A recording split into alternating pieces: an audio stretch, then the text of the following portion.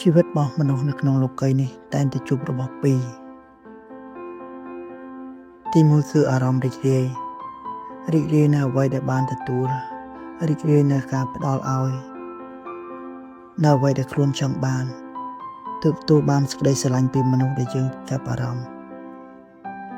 ទទួលបានសេចក្តីស្រឡាញ់សេចក្តីរីករាយអំពីធម្មជាតិដ៏ស្រស់ត្រកាលមានដូចជាផ្កាទន្លេស្ទឹងបឹងបួមនុស្សដែលយើងតែងតែផ្សាយទំនាក់ទំនងជាមួយពួកគាត់ហើយពួកគាត់ផ្ដល់នៅអ្វីដែលយើងចង់បានគ្រប់ពេលវេលាគ្រប់កលៈទេសៈដែលយើងចង់បានទាំងអស់នេះគឺសន្និដ្ឋានថាជាការរីករាយទៅតាមអ្វីដែលយើងចង់បានហើយសេចក្តីទុក្ខក៏មានដូចគ្នាដែរកើតទុក្ខនៅពេលដែលយើងធ្វើអ្វីមួយមិនបានដោយសេចក្តីប៉ងប្រាថ្នាកើតទុក្ខនៅពេលដែលមនុស្សជាទីស្រឡាញ់របស់យើងតែងតែផ្ដល់ផល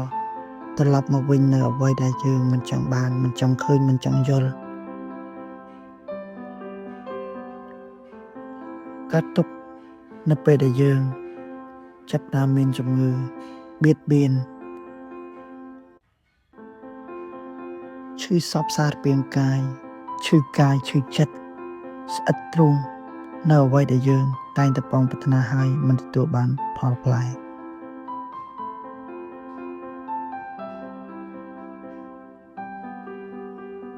ប៉ុន្តែទាំងអស់នេះ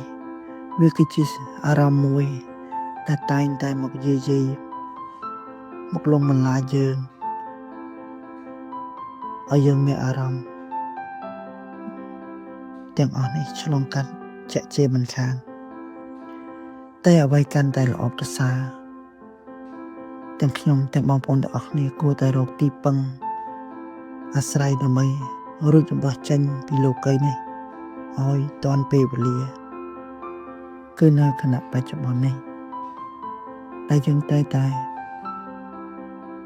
គិតគូរអំពីសុខទុក្ខរបស់យើង